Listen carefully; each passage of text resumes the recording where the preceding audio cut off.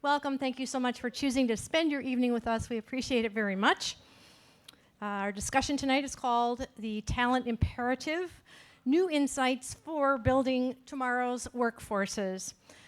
And with us to weigh in are Tracy Brower of Steelcase, Wang of Constellation Research, and Burton of Poly. Thank you very much for being here as well. Now, Joe has agreed very kindly to guide the conversation. We have asked him to weigh in on the topic as well, so we kind of get a twofer with Joe. Thank you, Joe, to contribute your views. Special thanks to Steelcase, especially Lisa Christensen and Tracy Brower, and yes, and One Workplace, especially Cheryl Alberico, Liz Ferrari, Mark Baker, Carolyn Clark Beadle, Dave Bryant, and Kelly Stites for their partnership in creating this program. Thank you. We also thank Poly for their sponsorship and assistance with content, especially Shannon Shamoon and Edie Kisco. As always, it takes a knowledgeable and giving group to put these programs together. We appreciate it very much. Thank you all. Churchill Club is if you don't know us, the premier independent thought leadership forum in the Bay Area. Our nonprofit mission is to strengthen innovation, economic growth, and societal benefit. And in our conversations, we look for opportunities that are represented by some of the trends that are unfolding before us that we are all living through as call us innovation workers, and we try to get at the implications of these trends for opportunities for innovation, et cetera. So we think of ourselves as forward-leaning in that way. We always ask our speakers not to pitch and promote, and they're fine with that, so that's great. So a couple things before we bring up our panel. First, the hashtag for this program is Churchill Club. And then second, we actually have some incredible giveaways for you. I don't know if you noticed this, but there was a place to put your card in. If you haven't done that and you want to participate, you can just pass your information down to the end of the row, and they'll put your card in for the drawing. There are, let's see, we have 10 Voyager headsets from Poly. We have 1 Elite Steelcase silk chair, and the winner will have the opportunity to select their own finishes, place a custom order, and have the chair delivered. And 1 gorgeous, I will botch this, Coalesce Eniolatus chair from One Workplace. And so the winners will be announced at the end of the program, so get your name in there if you're interested in those things. Since we're here now in the incredible, recently transformed One Workplace showroom and offices, we had the opportunity to invite Dave Ferrari, the president of One Workplace, and Christopher Good, who is the creative director, up to talk to us a little bit. Dave has led this organization and seen the industry through changes for over 45 years and has some very interesting perspectives. And then Chris led the process of transforming this space into what you are seeing today. So they've got some things to talk to us about, and let's welcome them now. Dave and Chris. Welcome, everybody. You hear me okay? Great, great. So One Workplace is a business that's owned by my family, and I'm a 4th-generation native Bay Area San Josean. So over the scope of my life, I've seen a lot of change here, because when I grew up, this was tomatoes out here right next to the airport when they put it in, and we were orchards and all that type of thing. And we've seen tremendous change, and we continue to transform ourselves. One of the great things that's happening is they announced on Friday we got 3.2% gross domestic product. That's phenomenal economic conditions that we're working in that we haven't seen in a long time. We've got record unemployment. There's 7 million jobs in the U.S. for 6 million people. These are unprecedented times, and it's going to be a challenge for all of us to meet the growing needs of our business, especially a business like ours, where we rely heavily on middle-class folks. And the middle class is kind of getting pushed out of California right now. We've got super high housing costs. We've got high taxes. And my generation, the baby boomers, there's a lot of us that are moving elsewhere to retire in lower-cost areas and taking people with them. And so we have a lot of competition here for talent. We have to compete against the same companies that everybody else competes against. We're competing with Google for talent, for LinkedIn for talent, and we're not in a business that's even remotely related other than they're our customers. But we're competing from that same pool. And as a company, we've been challenged to figure out what are we going to do about it. So we've recently made acquisitions. We acquired a business like ours that's down in Salinas in the Central Valley. Last Friday, we announced an acquisition of a company in Sacramento because we want to be able to provide our employees flexibility and choice of where they work, but still be able to participate with what we're doing here in Silicon Valley. And as you know, there's more affordable housing. You know, somebody starting a family, they want the American dream. They want to raise their family in a home that they own. And we feel that by going, business is going to have to push out there because we've got a major housing shortage here, and it's the only place for people to go. And so some of the other trends that we're seeing that are impacting our business have to do around construction. For every baby boom generation skilled trade worker, somebody like me that's leaving the marketplace, there's only 3 more coming in. And so we see off-site pre-manufactured product coming more into residential, coming more into commercial buildings so that they can build them faster. In our business, it's rare that we ever have a project finish on time, not because we can't get what we do there, it's because the construction schedules have slipped anywhere from a month to 3 months to 5 months to 6 months. In some cases, we had one slip 2 years because of regulatory issues. And so the offsite prefab, we think, is going to help transform the Bay Area by being able to get things done a lot faster.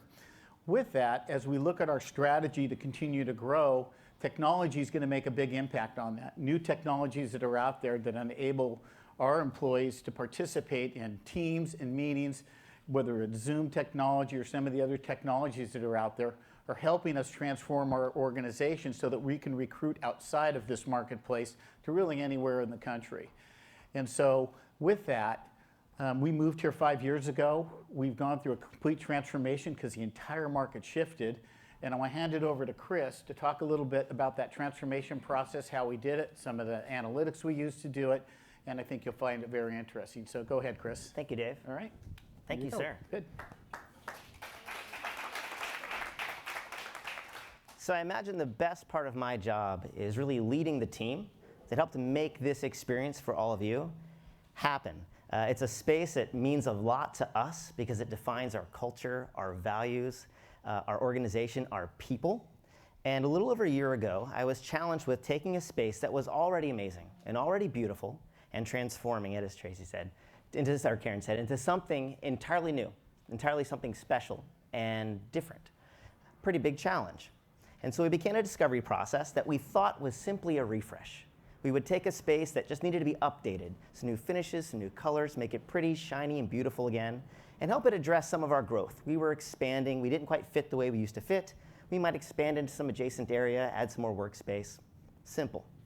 Well, in that discovery process, and helped by our friends at Steelcase, who helped us look a little deeper, we installed sensors throughout this building and studied how we lived and how we worked and how we used this space. And the findings were surprising. We weren't using that space all that well. The team who had owned workspace, who came here every single day, were only using that space about 29% of the time. 70% of the time, we weren't here in this building. We were other places, with our customers at home, working from all these other places that Dave just described. We needed to think about this a little differently. We realized this project was going to completely reshape our entire approach and experience of work. Big stuff. So looking a little deeper, we realized that if we were going to make that change was going to affect us psychologically, culturally, because we would need to address, if we're going to become more efficient and more effective, our relationship to this place. I may not have an owned place to come to every single day, and that's going to affect my psychological state, my sense of value, my sense of belonging to the organization, and we may have to give back something equally meaningful to all of those team members to help that really resonate with us and realize that this is a place that I really still want to belong. Part of that was the flexibility to choose when and where I want to work. Part of that was having neighborhoods, places that we can belong when we do come here, but a suite of other experiences that were the absolute best possible places for us to focus or collaborate or learn or rejuvenate, whatever those experiences were, and to provide those places here and give everybody the choice on when and how and where they use them, or when they don't, when they might work from home or some other place. One other thing we had to look at in that exploration process was maybe the nature of our entire work. We realized that the skills and the knowledge that brought us to this place, that allowed us to be so successful, may or may not be the same knowledge and skills that would allow us to be successful into the future. In an industry that's changing every single day, our ability to learn new things, identify new manufacturers, new products, new ideas, to generate those ideas ourselves was as important as our ability to deliver. Our ability to learn new things was as important as our ability to deliver. In short, if we weren't learning, we weren't working. This wasn't just a workspace, it was a learning space. And every single element of this building had to support both of those functions. So we began thinking of it in terms of a framework, the ability to apply, the ability to learn, and understand that those things happen in both social and private settings. And how do we find moments throughout this building, or maybe every single space, that can support those things? The ability to apply what I learn or what I know in a social way, as a group, or with one other person, or maybe by myself in a focused way. So as you walked around earlier, and maybe if you get a chance to walk around a little bit later, I'm hoping you'll have a chance to see how we've applied that. We've actually labeled some spaces in terms of how they fit along that framework and how they have features and characteristics that allow us to support those different modes of influencing or collaboration or focus. And so tonight, I'm super excited to turn you over to an amazing panel that's going to help us on this journey of learning in a place that's designed for just that experience. And so thank you guys so very much. And I'll carry this back over to Karen and launch you for the evening. Thank you so much. Thank you. Thank you, Chris. Thank you, Dave. And now let us welcome our panel, Joe, Ray, and Tracy. Thank you.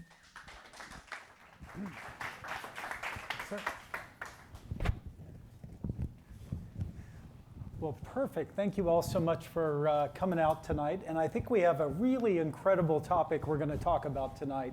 So overall, really the primary topic for tonight is what tomorrow's talent looks like and how workforces will operate is arguably the most important topic in business and society today. He mentioned that there are literally more quality jobs out there now than there are people looking for a job. Wow, what the heck do we do about that? So there's also far bigger trends unfolding going forward, and more simultaneously than ever before. So from automation, artificial intelligence, data analytics, and many, many others, I think we literally all believe, probably all of us, that the nature of work is going to change more in the next 10 years than in the last 100. More in the next 10 years than in the last 100. That's astonishing when you think about what's already happened. Jobs are going to be gained and lost. Upskilling needs are going to be enormous. Somebody asked at my company recently, how many of our jobs are going to be impacted by AI, analytics? And my answer was, all of them, twice, in the next 10 years, give or take. Wow. It's the world we're moving into. Technology use is going to be critical. The types of jobs that people do, the flux and change is going to be enormous. So our intent tonight is to actually give some new insights on some of this. In keeping with the Churchill Club's way of doing things, we want to talk about what's new, what's next, and what isn't widely known yet. I think you'll hear a little bit of devil's advocacy around some of the trends that you've been hearing a lot about. So I can't wait. I think it's going to be a great conversation, and then we're going to talk for a little while, and then actually turn it over to all of you for a little bit of Q&A as well. So we want to hear from you, and then we'll wrap. But before we get started, let's do a little self-introduction. So Tracy, you want to lead us off and tell us a little about yourself? Sure, absolutely. I'm Tracy Brower. I'm a principal with the Applied Research and Consulting team at Steelcase. Our role and goal in life is to take the amazing research that Steelcase does and really bring it to our customers and partners. My background is my PhD is in the sociology of work. My master's is in organizational culture and organizational development. My book is called Bring Work to Life, which presents some alternative ways of thinking about work-life balance. And I write for Forbes and Fast Company. Wow. I'm Wang with Constellation Research. I'm the founder and CEO. We spend a lot of time looking at business models and transformation around exponential technologies and the impact. And so this includes things like future of work, customer experience, employee experience, and also trying to figure out how these technologies change the way we look at the human element. Fantastic. So I'm Joe Burton, as I mentioned. I'm the CEO of Poly. Poly is the merger of Plantronics, the world's largest maker of business headsets, and Polycom, which made video conferencing, audio conferencing, desktop phones for many years. So about a year ago, we brought these together, 100% focused on actually the future of work. So we make every piece of technology that you touch to collaborate in an open workspace, when you're on the road, et cetera. So these trends are very, very topical for us as well. So to kick things off, Tracy and Ray, let's talk a little bit about some of the context that affects our picture of today's workforce. What are the big forces that are at play, and kind of what do they imply? Anybody want to lead? Yeah, I'll jump in. Yeah, go for it. Yeah, we are so shy. We decided earlier. It's yeah. No, I'll jump in, right? That worked out. So when we think about like where we work, when we work, how we work, what we work, and even the motivation of why we work, it's completely transformed, right? Think about it, like you are working 24/7. You're working sometimes, you're working from vacation, right? If you think about where you work, it can be anywhere. Right? It doesn't have to be within the four walls of an office, right? If we think about what we work on, that changes almost every day. It could be a project, it could be a gig, it could be something that you've been working on for a very, very long period of time, and then the ADD kicks in, right? So what do we do? Like, how do we focus on that? And then sometimes that motivation of why we work, that's the part that is changing, right? It's not just money. Sometimes it's about a mission, a purpose, right? And we're seeing that big shift happen where we go from, companies that actually reflect a brand to companies that actually activate movements. And that's one of the biggest things that's shifting is that money factor might not be enough anymore. It could be the workspace, the environment. It could be the mission, the purpose. Why you do that becomes a lot more important than what you're working for. Nice, yeah. I mean, I think that we have an opportunity to rethink attraction and retention. Like attraction and retention has been such a buzzword or set of words, and I think it's so much more about engagement and development. And I think that as we think about big trends, there's the whole idea of digital transformation. Agile's a subset of that, right? Like, how are we using digital in terms of the way that we operate our organizations? How are we using digital in the way that we think about connecting with our customers? So digital transformation's a big deal. I think that our social dynamics are a big deal today and how that is shifting. And I think at an individual level, the implication of that is how we think about ourselves and our own value. Like, I think we're in this conversation today about, oh my gosh, are machines going to replace me? Is digital transformation going to outstrip personal and human talents and skills? And we've actually been worried about that as a society since the 50s. This isn't something new. And yet, it's so much more salient today because it has to do with our identity and our value and the way that we think about ourselves in relationship to others. And so those social dynamics are key. But what do you think, Ray?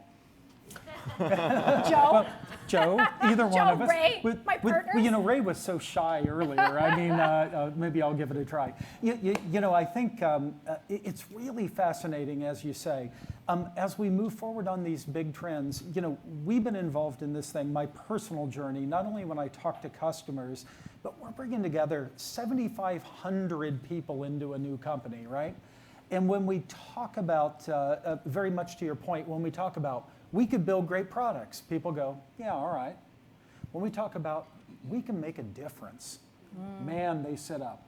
When we talk about, we can do something you can be proud to tell your grandkids about. There's real problems going on with human attention and ADD, as you mentioned, and how do we help people be in that perfect moment if they're in the office, if they're out of the office, have a sense of belonging.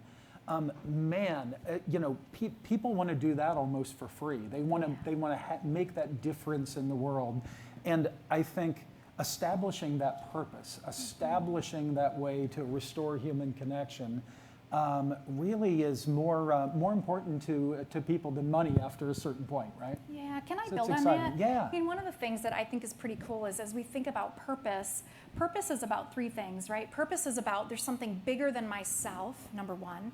Number two, it's something I can make a difference in. Like there's a connection between my skill and what that bigger thing is. And number three, it's always about people. Like I'll get up in the morning and I'll sign up for that 15% growth corporately and I'll be a good corporate citizen, but by goodness, it's the reflection on people and the connection to others and the belonging piece that really will motivate me. Like there's a great book called Blue Zones where it talks about areas of the world where people live to ridiculously long ages in ridiculously good health. And Okinawa, Japan is one of those places. And there's a concept called ikigai.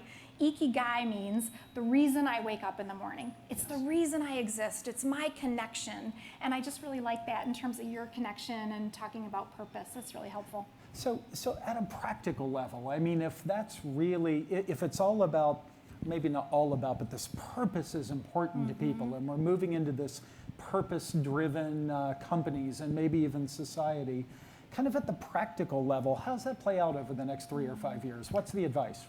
I think the challenge is this fear that's going on with automation and artificial intelligence. I'm trying to figure out where my job will be. Can I work in a gig economy? What do I do in terms of a career? Is it really a career or is it not a career, right? And I think all those things, that level of ambiguity, it's exciting on one level. On the other hand, people are scared, right? They're worried about, hey, will these, back to your point earlier, even since the 50s, will these machines take over our jobs? And I think that part, I'd ask the audience, how many people here think machines will take over their jobs, right?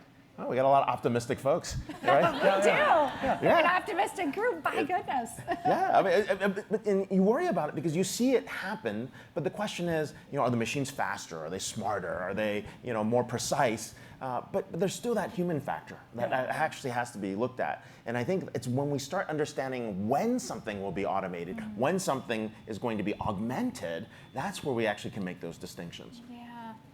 One of the things we've been thinking about is not just artificial intelligence, but augmented intelligence. Yes. Like, how is it that will add to the experience that we have, and what is the unique thing that we will each continue to bring? And I think it's important that we are able to draw that as specifically as we can for people, because you hear all the time, oh, it's going to be really cool because the less exciting parts of your job will be automated. So we say to the HR leader, well, you don't want to have to do as many interviews anymore. You can do other things, but we're not clear about what those other things are yet. So it's like that trapeze moment where you're moving, you're on the trap, because we all do that all the time, right? You're on that trapeze and you've got to turn and let go and grab the other one, but there's that middle moment where you're holding on to nothing. And I think that's partly the place that we're in, right? Is work changing a lot in your organization, Joe? Well, as I mentioned earlier, I mean, literally, I think every job is going to get significantly reskilled twice in the next 10 years. Yeah. I mean, that's kind In of the what ways? internal mantra. Say more. You both just nailed it a minute ago. So I didn't know whether to raise my hand or not when you said, is a machine going to take my job? And the reason I say that is because I'm dead convinced a machine's going to take half of my job so I can do a cooler job. Yeah. We actually built a framework to think about this, right? And there's certain jobs that will go away, right? Things that are highly repetitive. When you do things over and over again, we get bored, we get sloppy, we make mistakes, right? Things that are massive volume, we can't handle that type of volume at that level of scale. And things that have lots of nodes of interactions, we get confused, right? If you're dealing with 5 people, it's okay. Imagine if you're doing like 100 people at the same time. That gets very difficult. And then the last part is really when you have to scale things, humans don't do a really good job. But what we're really good at is things that are complex, that can't be modeled in math, right? You're like, oh, how does that work? I don't know. There's no formula for it. And the other piece is when things require a lot of creativity, right? Right now, we make the rules, we also break the rules. And that actually helps us with that. And the last piece is fine motor skills right now. Machines aren't good at. I know they'll get better, but we still have a little bit, we still have a little bit of help there. So you really answered, that's exactly what I tell people certainly at Poly, and even my customers when I talk to them about, is the machine going to take the job? And as you said, it's drawn the path to the future. It's not just saying you'll be freed up to do something cool because they go, yeah, like what? Like what? Like what, right? But it's exactly what you just said, Ray. I mean, so much of what we're focused on is getting people to think about people, all right?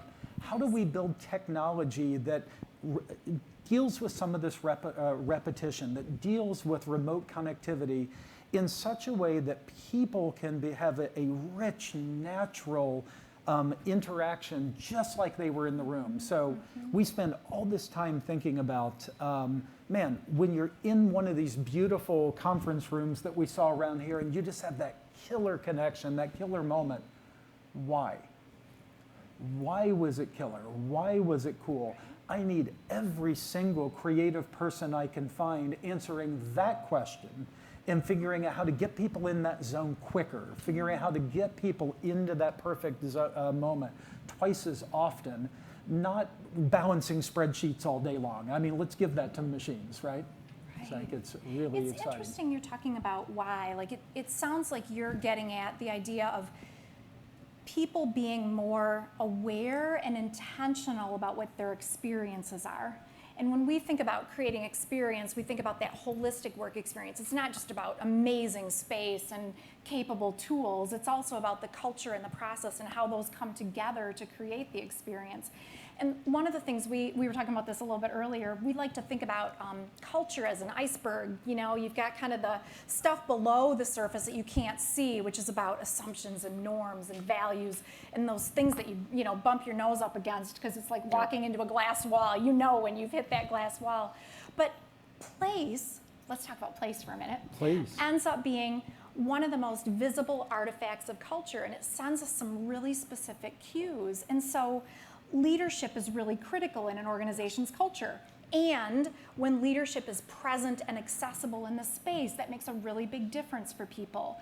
Teams are really critical in the way we interact as teams and the extent to which we have belonging. And when we have places where teams can connect and feel that sense of belonging and understand that work is primarily social and fundamentally social, those places start to be really important ways that we start to raise that, raise the explicitness of culture and the experience of culture to the surface. So when you said, why do people feel the way they do and what is their explicit understanding of that, that makes a lot of sense.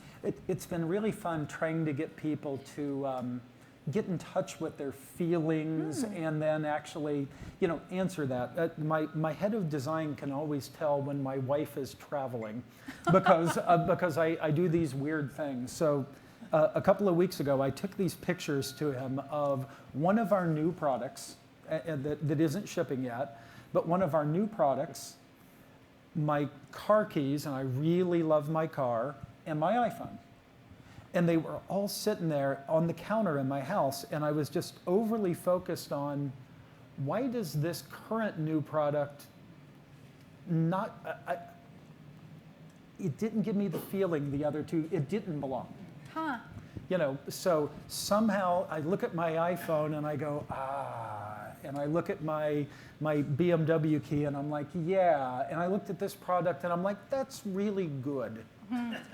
Okay, but just why So is it no different? emotional attachment at all. No, well, so we talk a lot about micro emotion. Yes. Every single thing in our environment, do you go ooh or do you go ah? Just for a split second when you go, and why? And what do we change? And how do we play with it just a little to get there? Because we're trying to create that great human moment. And to your point, I don't think the machine's going to figure that out anytime soon. What's really hard too, and the other thing that's happening is like we're going for really, really good or super commodity.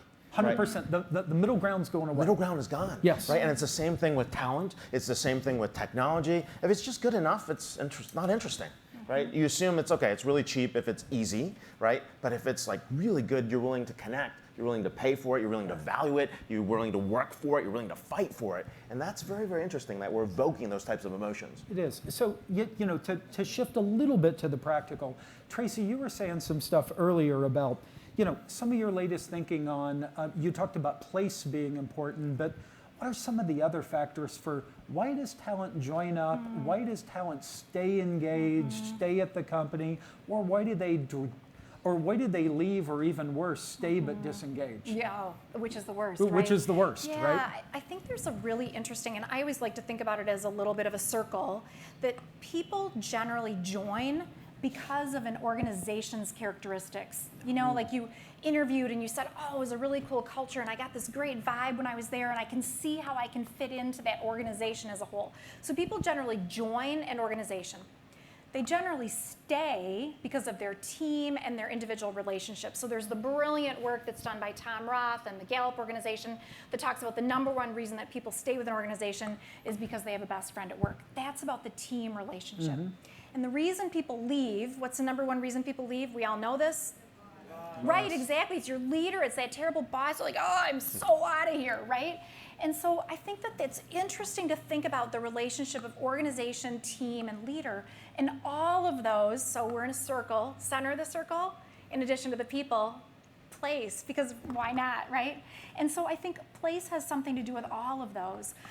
We were doing amazing work with an organization in Seattle, and they have the most beautiful campus ever, but they're a very perfectionistic culture, and they were working really hard on more experimentation, people rolling up sleeves, people putting things out before they were perceived as perfect. And the real estate and facility leader was giving a tour to his wife and his mother-in-law.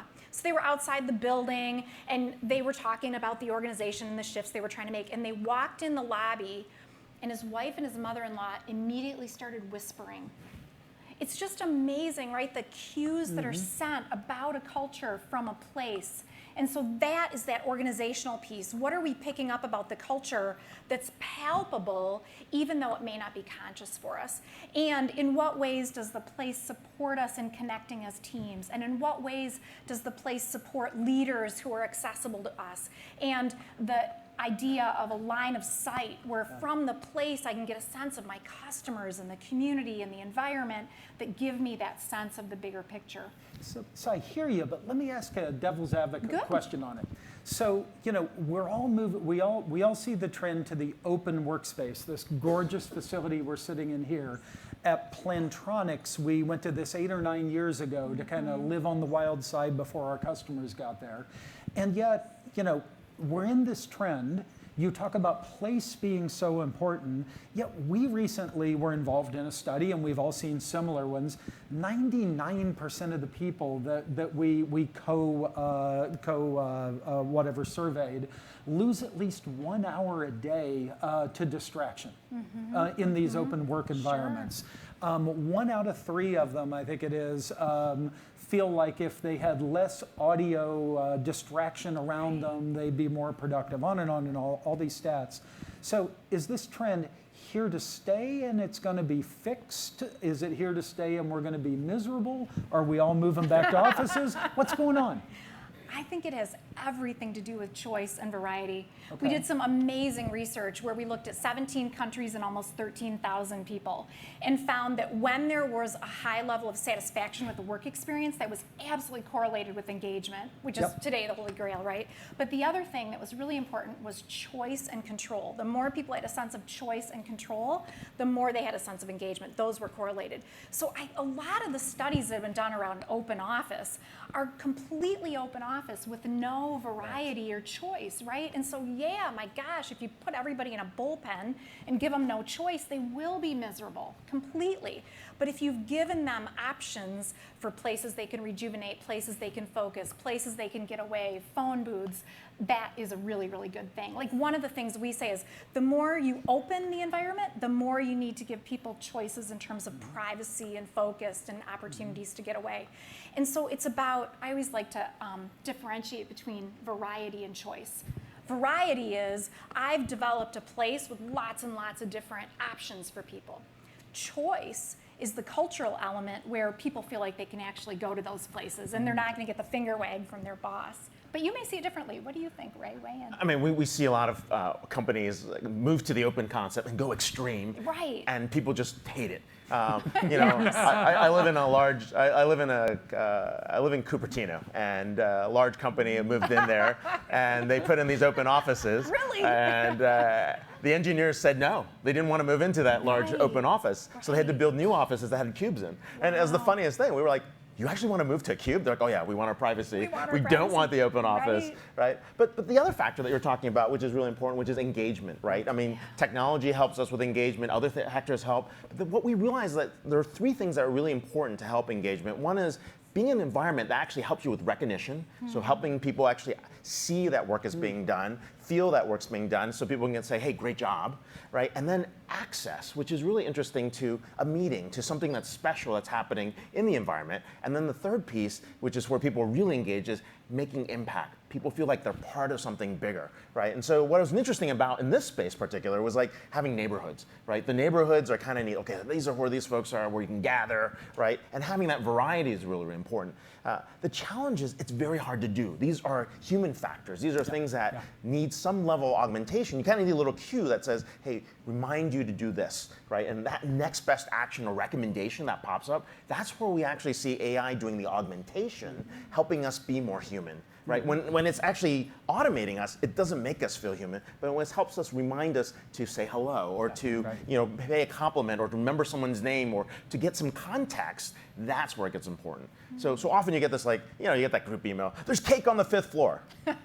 I'm not even in your building, right? So getting it down to the point that there's cake 5 feet from you. Okay, yeah, I'm in. No, this I need to know. And that I need to know. No, that's right. Are you saying an app that would help us remember to say hello to each other? I'm seeing things that are context. Okay, that's what I got onto I'm too. seeing things that are context that, imagine if I'm wearing mixed reality goggles, I see your name, I know what building you're from, like I might even know Pokemon what Go. department you are, and then I can say, oh, yeah, you actually met with her 3 weeks ago, right? So, hey, nice to meet you, right? Something like that would be great. Or simple things, like you walk in the building, you're in a skyscraper, you're on the 15th floor, you're in the lobby, it's 2 p.m., 27-point facial analysis, gait analysis says, hey, it's the guy on the 15th floor, send an elevator down. Just something simple like that. Interesting. So, or you get in the elevator, it says, hey, you're on the 15th floor, there's a 90% chance you should be on the 15th floor, would you like to go to the 15th floor? But wait, your boss is open, you've been trying to meet with her for the last 10 days, would you like to go to the 25th floor? That's a second option that pops up. And the third one is free donuts on the 5th floor. Know where I'm going. I don't know where I'm going, but yeah, I might be into donuts. So. Well, it's interesting. We've talked a lot about purpose as a reason talent comes and stays, and purpose-related things. We've talked about place. What else? Over the next 3 to 5 years, kind of bringing this into maybe not tomorrow, but soon, what else is important to getting the top talent to come to your company or even gig for your company, to stay engaged, to be happy? What else is out there? Yeah, I mean, to me, it's all about that holistic experience and that opportunity to bring your whole self, right? To be able to feel like you're completely contributing. I'm such a reader, sorry. Another book title. There's an amazing book called Being Mortal by Atul Gawande. Cool. And it just really talks about how we all want to make a contribution. We want to matter. So it's not just the purpose, but it's also the meaning that I'm bringing. And so I think people join because of a culture. They join because they can see themselves in the culture. They join because of development. I just wrote an article about how to know if you should leave your current job. And one of the things is, if you don't see a path for yourself, if you don't feel like you've got that development, if you don't feel like somebody's paying attention, because no matter what our personality style, everybody needs connection. And work is fundamentally social, as we mentioned. And so when the workplace can meet those needs for social, can meet those needs for identity, can meet those needs for feeling connected, I think those are a really big deal. Yeah. What do you say?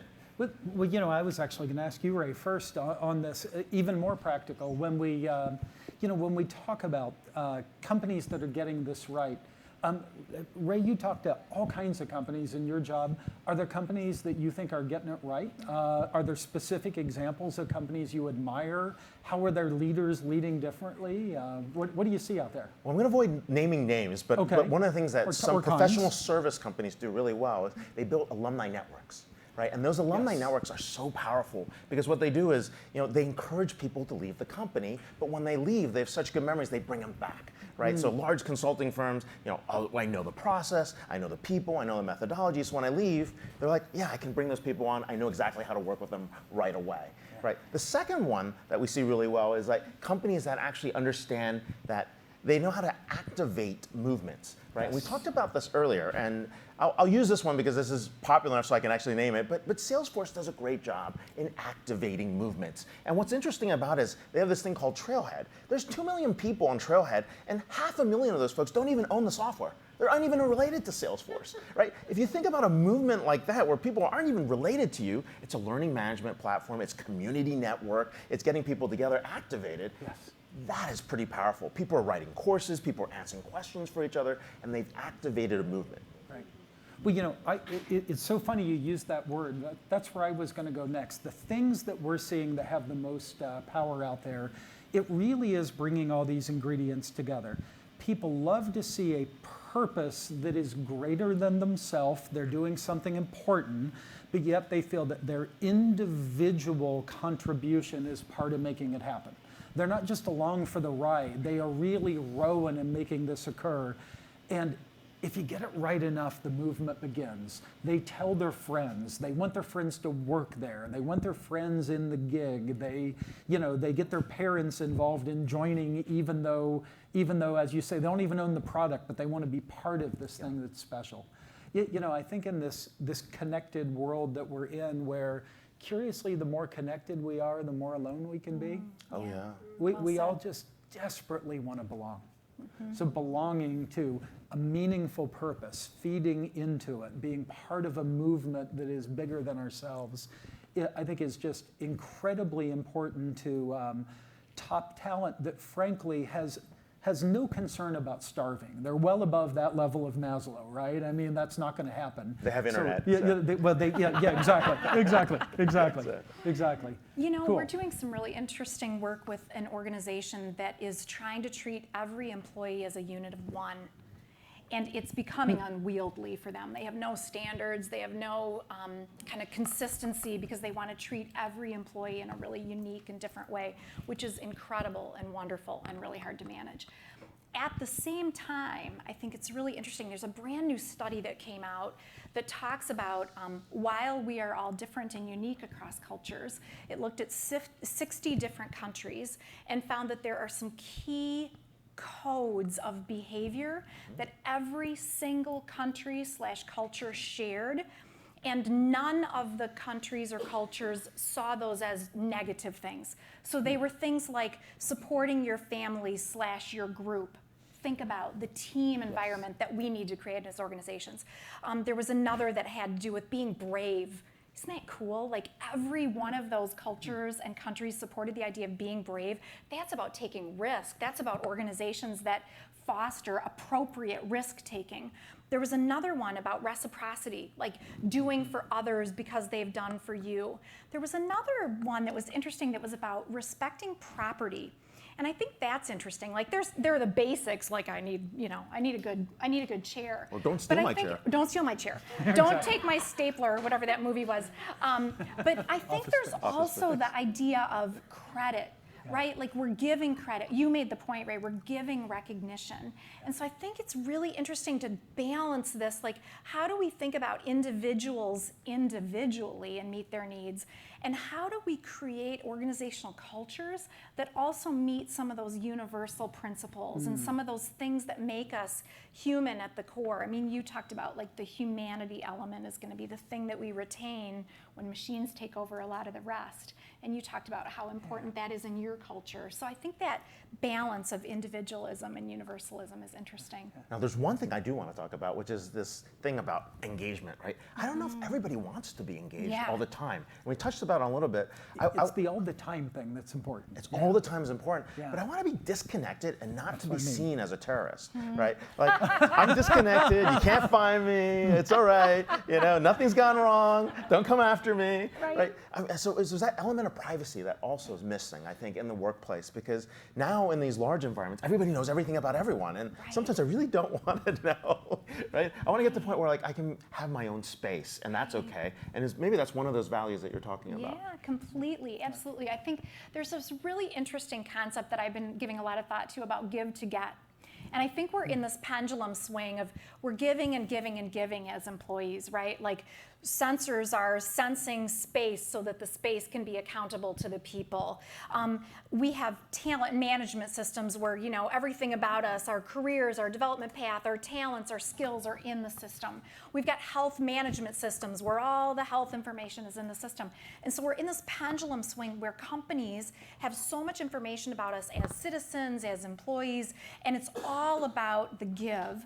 And I think we're in an interesting moment where we need to swing back to the get, because I think that we are becoming increasingly desensitized to all being data subjects all the time, and we know that that data is being gathered all the time.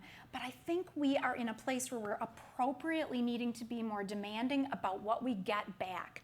So if you're going to look, there's such a cool system that we're using within Steelcase right now. We're looking at a system called Microsoft Analytics, and it looks at every single piece of data that's resident in your Outlook, in your email, everything. It's fascinating. And what it can do is start to say... And by fascinating, you mean creepy, right? And I mean creepy. Okay, yeah, right. Okay. But like yes, this is the give to get, right? Yeah. So like we know in one of our spaces that we've implemented that now leaders are having more one-on-one meetings with their team members. Oh, yeah. We know that more team members are meeting with those outside of their team more frequently, which is a wonderful and beautiful thing. That's contextual awareness. But think about if we get to the point now that the pendulum swings and I get something back. Like, oh, we can see your calendar's really fragmented. We can give you some ideas to better manage your calendar. Or, oh, we can see in the talent management system that you might be well matched to so-and-so mentor or so-and-so development opportunity. So I think we're at this really interesting moment of give to get where we need to swing that pendulum toward this give to employees. Like, what is that? What is that get back for the give that we all are as data, pieces of data? No, it's actually very interesting, right? The social graphs that are happening inside organizations themselves sometimes are being used against employees, right? And I almost want to get to the point in your give to get model, which might sound contrarian, but to make sure that that inherent employee data belongs to the employee. Yes. And if you release it, then you might get something out of it. You can choose what you want to release and not have that all taken away from you and not given a monetary value or non-monetary value. And to me, I think that that level of privacy may be one of those factors that might be one of those great places to work kind of factors where, you know, you have control over your own data and how that impacts your career path. Completely. I know we're supposed to disagree with each other, but I actually think it's all about your choice, your control, and the transparency. Like we're being clear with people about what we're gathering, why we're gathering, and what we're doing with it. Like there isn't anything that's opaque about that. We're being really transparent. Right. Well, you know, Ray actually used an interesting word a minute ago. He said he was going to be contrarian about this. You know, we have a few minutes left before we go to Q&A here. I'm interested about are there any other contrarian notions? Is there any other conventional wisdom around employees and engagement and places and generations and millennials and blah blah blah? Is there anything out there that everybody's been hearing that you don't fully buy? I want to jump on this one. This notion Shocker. that age, age is yeah. a factor in terms of adoption of new stuff. Oh, right? thank you. There's a lot of this. Yes. Like I volunteer in nursing homes, right? And these folks are probably more engaged and more digital, right? We'd like to think about digital natives as people that are in their 20s or 30s or something. It's not true. We have this thing called, we have this thing that we look at how likely you use a technology and how well you use a technology, and that creates a level of adoption, which is very, very different. So age is not not the deciding factor. Right. So a digital native is someone that just jumps in, uses it right away, doesn't even think about it. So there are 80-year-olds that are pounding away on iPads, texting you, talking to you, right? They don't even have paper and pencil, right? How many of you guys take meeting notes like on paper? Raise your hands, right? Okay, you are digital immigrants, right? You're navigating between all these things, right? Now, I actually draw all my PowerPoint slides on paper first and put it in. Now, how many people take pictures of their notes and text themselves? Anyone do that, right? You are doubly a digital immigrant, right? So this makes it even worse. Now we've got digital voyeurs. They know the technology. They're not ready to jump in, so be kind to them, right? And then we have folks that are digitally disengaged. They just don't really care. They're Luddites, right? Back to your point. They don't want to know the technology. They don't care for it. They're done, right? And then there's other folks that just basically discovered that it's so creepy out there. They use burner phones, pay in cash, wear hoodies, right? You know, they know Snowden was right. Tinfoil hats, right? But don't use age as the deciding factor. I think it's very important to think about, you know, how people adopt in a different way. We you know, once again, as much as we're supposed to disagree, thank you, because we recently were involved in a study as well that showed, oh, it's by age, blah, blah, blah. But personally, as I'm out there engaging people around the world, maybe there's a slight loose correlation to age, but there's so many exceptions, there almost is no rule, to your point. Yeah. Well, and I think it would be really cool to think differently about how we map a career. So to your point about age, like what if we could have, instead of retirement, we have serial retirement? Wouldn't it be cool if you could retire in your 30s and maybe again in your 40s and maybe again in your 50s, right? Like retirement becomes serial. I think the other interesting thing is that I think we can overgeneralize around generations, and I think emerging work styles are just emerging for all of us. The other thing that I think is interesting as we think about talent is the idea that like war for talent has been our language and we're competing for talent. What if we weren't competing against each other for talent? What if we had pools of talent that we somehow shared and we thought about the good of the market in total? And I know that's maybe super unrealistic for some industries because talent is the differentiating characteristic. But there's a really interesting example of utility companies. And like utility companies are competing against each other, but by goodness, if there's a catastrophe, everybody's out in their trucks going to help people. And it's really hard to find workers for utility capability. And so what they've started doing is pooling some of those workers. So if some companies have ups and others have downs, people can move between companies and they can actually share the development. So they're better able to serve their customers. They're actually all better able to serve their individual needs as companies, but they've done it by cooperating. So I think it's interesting to start to think differently about not just competition as a zero-sum game, but how do we think about co-opetition and how might cooperation and competition come together in some new ways? You know, that's a great model. We see that in the armed forces a lot because it's a first responder type of model where you actually balance out the resources to help and you do the co-training as well.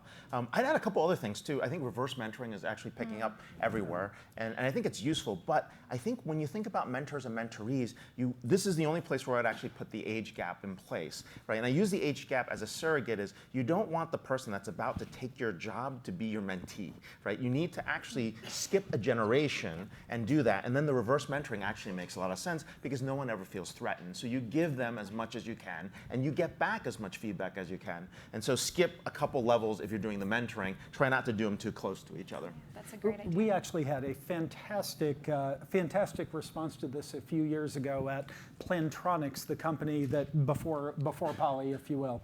Very, very long tenured company, about 60 years old as a technology company in the Valley. In fact, we had an employee very recently that celebrated her 50th anniversary in the building. Wow. Right. Same building.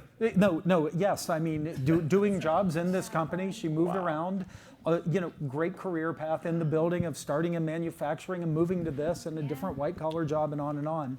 But we did a thing 3 or 4 years ago, maybe more like 5 years ago, but exactly what you said. We took people that were very late career and people that were about 3 years into the company. So there was at least one, maybe 2 or 3 roles in between. And did an interesting reverse mentoring through the whole thing. And it was a huge hit with both people involved. Yes. Huge hit. That's So I really think it's cool. something we can really encourage. One final thought on the contrarian side, and we'll go to audience Q&A. You know, we've talked about engaging talent, attracting talent, keeping talent in this changing world, training them on and on and on. One of the uncomfortable questions that always comes up is feedback to talent. So be it a standard performance review type thing or feedback that they need to feel or they need to work differently. Thoughts on that in the modern world? Yeah, there's some really interesting work that's going on. David Rock at the Neuroscience Institute has been doing a lot of work on our typical feedback models tend to make us feel threatened, and that automatically shuts down our ability to listen to that feedback. And so it really needs to be much more about kind of a conversation about what we're doing well. There's also some new information on feedback that talks about how by telling people they need to do new things, that is not how people learn, and that the way that they learn is through their own experience, and the best way to shift their behavior is to reinforce what they're already doing, not to talk about what they're not doing. And so it's kind of the idea of, with apologies to all of we humans, ride the horse in the direction it wants to go. So I think those are super interesting. I also just read some research literally yesterday that talked about how they studied when you tell people what they've done and what about that has been more and less helpful versus what they should do, future focus, and how that could be more helpful. It actually sticks better when it's about the present.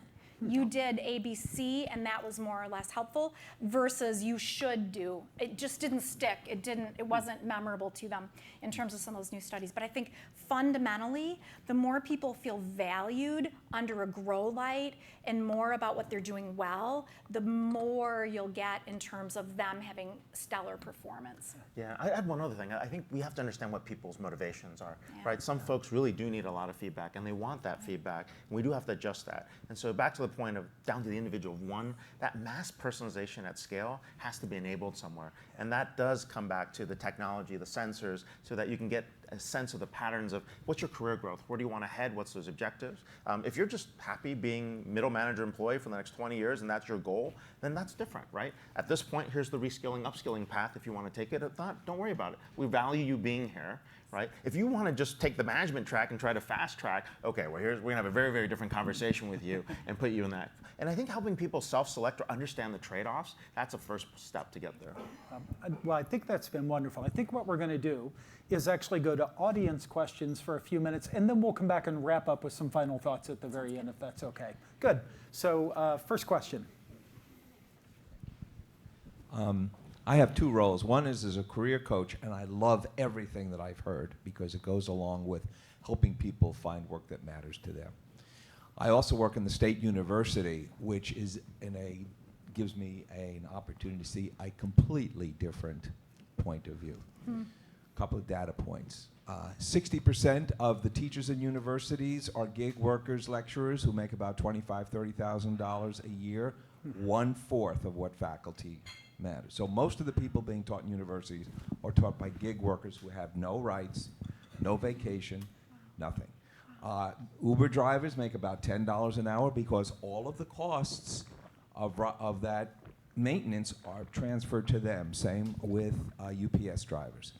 So that as we look at the gig economy, which has about 40% of the people who are working, a lot of them are the state university students who are not in the talent pool of here. There's a real unsettling, particularly with student debt, which we now have a 10% default rate on student debt in the Bay Area. A new study came out. So I'm very interested. The one thing you didn't talk about is pay. Now, pay when you're making $150,000, $200,000 as an engineer is wonderful. When you're making $30,000 or you're working at Walmart where they tell you to get food stamps because you're making $750, or Amazon where you're making $14, I'm interested in where the technology can go in terms of profit sharing with employees, so that employees actually get the benefit of that technology, whether it be Uber or whether it be Amazon, or the fact that we're looking at a perhaps looking at technology as creating opportunity for people to care for others and get paid. People who are 1 in 5 Americans are caretaking, don't get paid for it, and maybe the technology helps to pay for it. So could you address this imbalance in terms of who's getting the benefit from all of this? And the vast majority of people are, I don't want to use the term income inequality because that's really not true. It's that they're not being compensated in a way that enables them to have a livable life. And the student situation, we have 50% dropping out of the state universities. A lot of it is economics. So I guess I've thrown a lot at you, but I hear a lot of rosy stuff as a career coach. I love it, but as somebody who's engaged with this population, a lot of them are living in shelters and in cars who are students and faculty, and we're not addressing it. Yeah, no, I've seen that in multiple instances. I'll give you some context. I grew up in Allentown, Pennsylvania. The kids who went to school, and I graduated in '89 in high school. The kids who went to college are mostly at home, in debt, and jobless. The kids that actually had trade skills are making $400,000 or $500,000 a year, hiring 10 people. Not everybody has to go to college. That's probably the first one. I think the second piece, which is a little bit scary and what I am worried about, and I'm in the middle of writing a book on this, is really this notion that as we continue further in this level of automation, we're going to have what we call digital duopolies. And these are basically companies that take this data, what we call data-driven digital networks, and use that in a way that's very, very efficient for the corporation, but not necessarily efficient for society. And I think that gap is already happening, and we're starting to see signs of that. It's a great example because the other factor that's happening is it's really, really good or it's commoditized, right? And that's happening not just in talent or in products or in our view in society. It's shaping the way we think. And I think that's the issue. Now, one way to fix this is if inherent human data, like your genomics, your behaviors, all the other things that are around you, your social networks, right? If that was owned by you and people paid you to use that data, you'd actually have the first step to, and keep in mind, I'm a free market capitalist in Silicon Valley, which learn a lot left, right? This would get you to universal basic income. Take pharma companies. They're willing to spend $700 to $800 for a de-anonymized data study to know how you're doing with drugs. If you work with 10 different drug companies, you'd get $10,000. Imagine if you're in the middle, light-saving mode, energy, right? I'm talking too much, so cut me off, right? But you get the idea that if I'm trying to use my data to actually use it for some other good, we might be able to find other uses for that data. Retail data, shopping, purchasing data. Now the danger behind that, which actually occurred in a couple instances, is the ACLU has a viewpoint that only the rich will then have privacy. So there is a danger to that because the rich might not provide that data. But it is one of the first steps to address that issue that you're talking about. Otherwise, it is going to be very disparate, and we're going to have some dystopian view of what occurs. Next question. Thank you so much. Yep. My name is Frederick. I'm with the state of Arizona, and I work with a lot of employers there on workforce development. And a trend I'm noticing, a lot of employers are really mandating you will take a vacation. We will not be calling you, emailing you, bothering you, because you need to be fully rested. And you mentioned Salesforce. I remember reading Mark Benioff literally went on a 2-week excursion with no technology. He's like, I'm going to focus on my business and not get distracted. And I just have you seen any studies about when employers are really telling their employees it's okay to forget about this place for a bit and go focus on you and your family? Can you talk a little bit about that?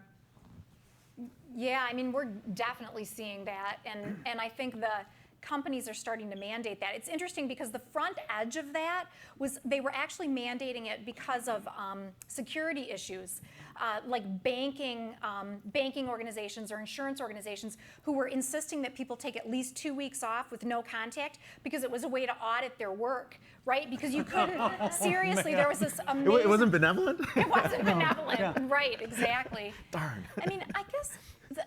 I like that. I think it's interesting. I think the other thing we're seeing is companies that are saying, take as much vacation as you want. But that's also not always benevolent because they know people don't. And so they found that they save money by not providing vacation in a certain increment of time. Here's my one challenge to that, though. What I want to see is people who have more of their own choices. There are some people who manage work life with more of a container theory, right? Like at 5 o'clock or 6 o'clock or 7 o'clock, whenever I'm done, I'm going to turn off. and I'm not turning back on. Cool. There are other people who manage their work life through the integration. So the fact that I can get that darn email done quick a minute during the halftime of my kid's soccer game ends up really adding value for me because I don't have to deal with it tomorrow morning. And so I think that the interesting thing is the more we can give people their own choice and their own control to manage in the way that they need, assuming we've created a culture where they actually feel like they can behave in that way. I want to say the flip side behind that is you also have to make sure people understand the expectations behind Yes. that. I was working once in a company where that was always the norm, right? So even 2 in the morning you'd respond to an email, 4 in the morning respond to an email, right? That's kind of how I am right now. I don't expect any of my employees to do that because some work very differently. Some are project-based, so you don't see them for weeks, but you know the output's happening, so you don't worry about that. Others need a lot of feedback because they're moving really, really quickly. And so I think it's helping people also in training see that those are different styles and they're all accepted here. And you have to understand in this role, that's what they typically do. And then that way there isn't that, okay, how come they're not responding to us? It's a really, really bad thing. When I first started out at Oracle, I was on a team in CRM, and there's another team in ERP. And the ERP folks were in their 30s and 40s, and they had kids, right? And the CRM folks were all in their 20s, and they walked out, right? And we're like calling meetings at 7 a.m., nobody's showing up. We're like, what the hell, where are these people, right? We're calling meetings at 6 p.m., where are they? Like, what are they doing, right? They're home. Now that I'm 30 and 40, I totally get no one shows up till 9. He's got to drop off kids, and you got to leave by 3 to drop them off again or pick them up or do stuff. And it's not having that context that often creates a lot of conflict. You got to have that context and help people understand that. Good. Next question. Hi, my name is Erin Michelson. I'm the CEO of Summary. We're a data analytics company. I want to thank you all for your thoughtful commentary and discussion. It's been really, really enjoyable. I have 2 questions. One is on empathy and what you're seeing, empathy and how it's being built and basically measured and cultivated within corporate culture. And my second question is on data ethics. So you talked about the pendulum swinging back to the employee. So what are you seeing companies do to actually empower the employees to take back their data? Good questions.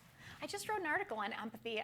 We haven't hit the submit button on it yet, but there's a brand new study that talks about how a lot of times we've been taught about put yourself in somebody else's shoes and demonstrate empathy, and a lot of times we're not good at that because we're so egocentric, meaning it's really hard for us to see beyond our own perspective, and that a more effective way to think about empathy is to think about asking people what they really think. On the other hand, empathy ends up being a really important engine for us to start to get to know each other and start to know what kinds of questions to ask. And to be empathetic from a task perspective, what is it that you're facing cognitively or in terms of your workload, and also to be empathetic from personal perspective, like even if I don't know details of your personal life, to understand what that is. And one of the things that I've always liked is the idea that sociologically speaking, proximity is the #1 determinant of relationship. That's a really big deal. There's something about being present together, even if we create that sense of presence virtually. The importance of presence is that we can read each other. We know each other well enough to really go like, oh, you're having a hard day, or your wife's out of town, or like somebody needs help.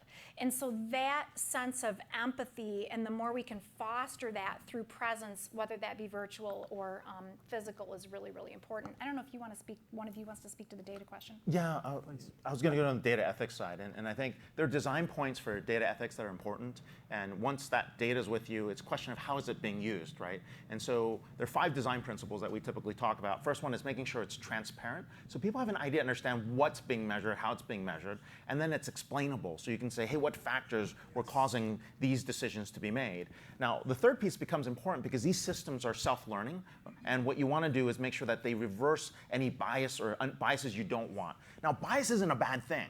Right? Bias is okay so long you know about it. It's the unknown biases that get in the way. Like we're discriminating out people with purple hair that are left-handed that show up at work between 10 and 11. Like, how did that happen? Right? So I want to be able to reverse that.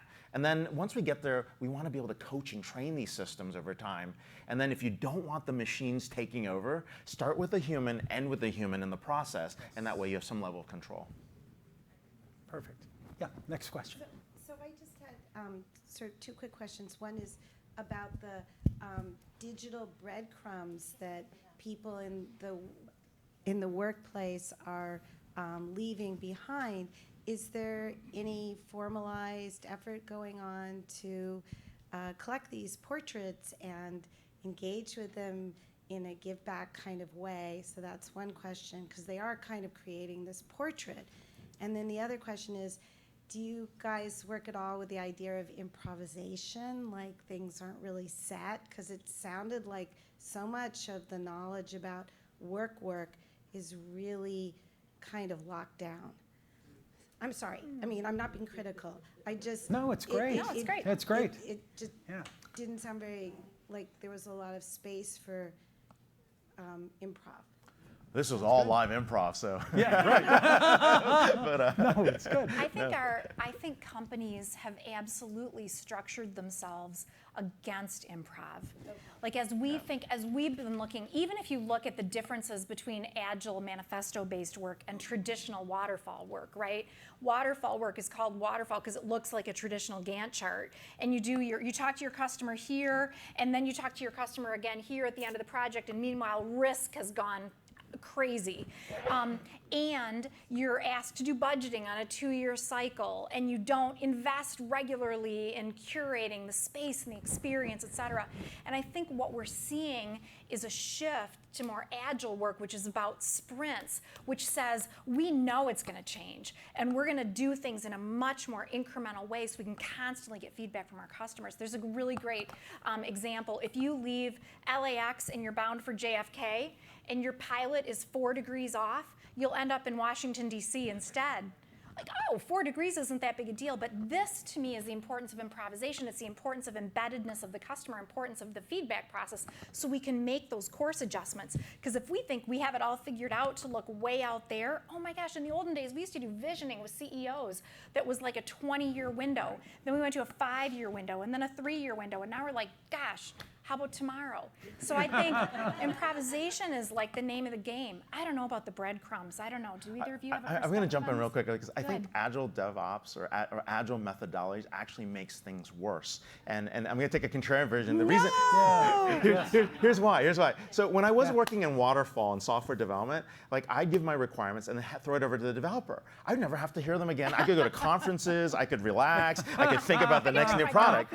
Agile means I'm sitting there all the time with the lawyer, with the training guy, with the finance person, with the business unit, and I'm working 10 times harder. So I'm like, I'm not sure if I buy the agile piece, so I'm just going to throw that out there. However, I think your question was actually very, very interesting, and here's why. So this level of optimization that's actually happening is because we don't trust people to do their job, right? And so automation is actually going to take up a lot of that portion. 90% in a company is all about following the process, making sure everything's compliant, it's regulatory okay, and that's just mind-numbing work that's going to go to AI, right? And that's why I actually think that part is going to go away. Now, there's 5% of the company that's doing innovation. They're doing really cool stuff, but they're really not doing innovation. They're tweaking things to be faster, better, and cheaper. And there's only 1% of a company that's actually thinking outside of the box. They're doing crazy stuff. And the people that are following the rules are like, how come they get to do that, right? So once AI comes into place, the hope is that more of our time is not doing that mundane work. The idea was that we can think outside of the box, so you're starting to focus on important things. Now, if you take a Maslow's hierarchy, like a business hierarchy, the bottom part is regulatory compliance. Don't get me killed, don't get me fired, don't get anybody sued. The next level up is operational efficiency. For every dollar invest, I'll save you 2 or 3. And the next level up is revenue and growth. For every dollar invest, I'm gonna make 4 or 5. And then we do strategic differentiation, which is business models, and then we have a brand. Right? You can't innovate unless you flip that pyramid where everyone's focused on brand and purpose, then they're focused on a business model, then they're focused on growth, and I want to automate the crap out of the operational piece and the regulatory compliance. That's why we're in this little hole we are in right now where you're talking about, yeah, can we improv? No, the answer is no, because if you do, we might miss a deadline. If you do, we might be compliant, and that's why I think your question was very, very brilliant. Now, on the data digital crumbs, we have to figure out a way to own that or find a way back to your give-get model. I thought that was pretty good. Good. Maybe 1 or 2 more questions? Yeah. Hi. We talked about upskilling, reskilling, all those things very regularly. In many meetings, people talk about this. Whose responsibility is it to reskill and retrain the people? Is it the work, when we talk of workforce development, it is the company's responsibility, or they want developed workforce supplied by somebody else? right? So in that process, what happens is when the skill set is not available, we said, oh, we need to repurpose the skill, and one group of people are out, and we try to bring some fresh skills into the company, right? So earlier days in the manufacturing facility, companies, they used to train the workforce for 6 months to 1 year. Nowadays, it takes more than that, and many of the companies do not have the bandwidth or the mindset to go through that rigor. So how do we address that when we talk of workforce development? Yeah, maybe I'll go first and then let my smarter colleagues actually come up with the real answer. But my answer to who's responsible is yes. Okay, who's responsible? You betcha. If a company wants to attract, retain, have great talent, part of the give-get has to be constant, perpetual retraining, re-understanding. However, I think we're all responsible as individuals. You darn well better be managing your own career, your own training, your own groups that you're involved in, on and on. So I really think it is very reciprocal, where the companies had better invest if they want to retain the talent. But I don't know, who wants to trust your company to take care of you for the rest of your life? Yeah, you better be figuring it out yourself, is my answer. Yeah, Thoughts? totally agree. Yeah. I mean, I think it's interesting to think there's no such thing as meaningful work. It's not just out there for the plucking. Right. Oh, I've got to find meaningful. Oh, there it is. I can pluck that. I think it's something you've got to start to create for yourself, find for yourself, and make some really good choices. And it's this connection and combination of both agency and structure. You know, I don't know if I can say this in this market, but you know, there was that book by that author, and it was called Lean In. You remember that one? Yeah. So, I mean, part of the pushback on Lean In was it was all about agency. Lean in, it's all about you. If you're leaning in far enough, by God, the rest will come. And that is wonderfully empowering, liberating, and we should all lean in. That's the agency part of it. But structure is the company, the organization, the society have some responsibility as well. So I love your answer. The answer is yes, it's a both and. Yeah. Maybe one more question and we'll go to wrap, perhaps? Anybody have the brilliant last word here? Brilliant last word, no pressure. Yeah, right. No, apparently not. Maybe we got them all. Good. So Tracy, you want to start? Any parting thoughts on the whole Yeah, I thing? have two parting thoughts. One is, if you look at team dynamics and knowledge about team structure, anytime somebody joins or leaves a team, that team is a completely new team. It's not the same team except that one person changed. It's a completely new team. So I think the responsibility of leadership and organizations is different today than it ever has been. Because every single leader, almost every day, given how fast people are changing from team to team, company to company, job to job, every leader is orienting a new team. Every leader is helping to get a team up in terms of its new norms. And so I think there's just a whole new way to think about leadership and the skill that comes along with orienting new teams and acculturating new teams to each other and to the organization. That's one. My other takeaway from our conversation and this conversation together with you all is that it is a terrifying world. And there's so much facing us, and it's all going to be okay. Like, we are smart and wonderful people, and humans at our core are adaptable, and we are going to figure it out, and we are going to be brilliantly successful if we keep our eyes open. Wonderful. I think when I think about the challenges ahead of us and what's happening with AI, automation, robotics, and the technologies that are there, I think what we have to train everyone to be is to be a little bit more creative, be a little bit more self-aware, and also help yourself identify what you think your purpose is, right? And I think those are hard things to do, right? But I think that means as we've shifted, and this is a weird thing to say for a kid that grew up in a STEM world, I actually think that the liberal arts training is going to be even more valuable. Despite this effort around STEM, I think people need to have a little bit more balance in understanding perspective, understanding history, understanding sociology and society, because I think it's important. That perspective is going to bring back the humanity that's missing at the moment. It's also missing in the way we build things, and so I think that's one.